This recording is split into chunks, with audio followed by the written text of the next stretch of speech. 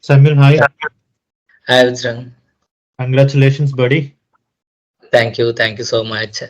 I'm very happy that you were able to reach it. And yeah, you said it right. If you have started your preparing your resume on or day two itself, like within the 30 days, you would have received. But anyway, nevertheless, you got an offer that too with more than 130% hike. Your previous salary was 3.6. Now you got 8.5. Yeah, correct.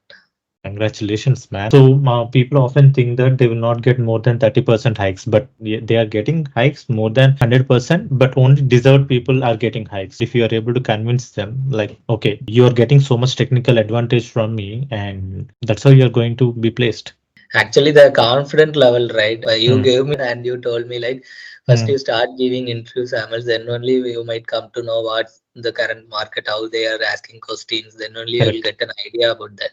Then Correct. only okay, let us. If we are keep on preparing, will we keep on going only? It won't be like we Hmm. easily get placed, right? So I started giving interviews. First one or two interviews I got failed, Hmm. and Hmm. then okay, these are the things they are expecting from us. We don't want to like over study like all the topics. Only these Exactly. topics.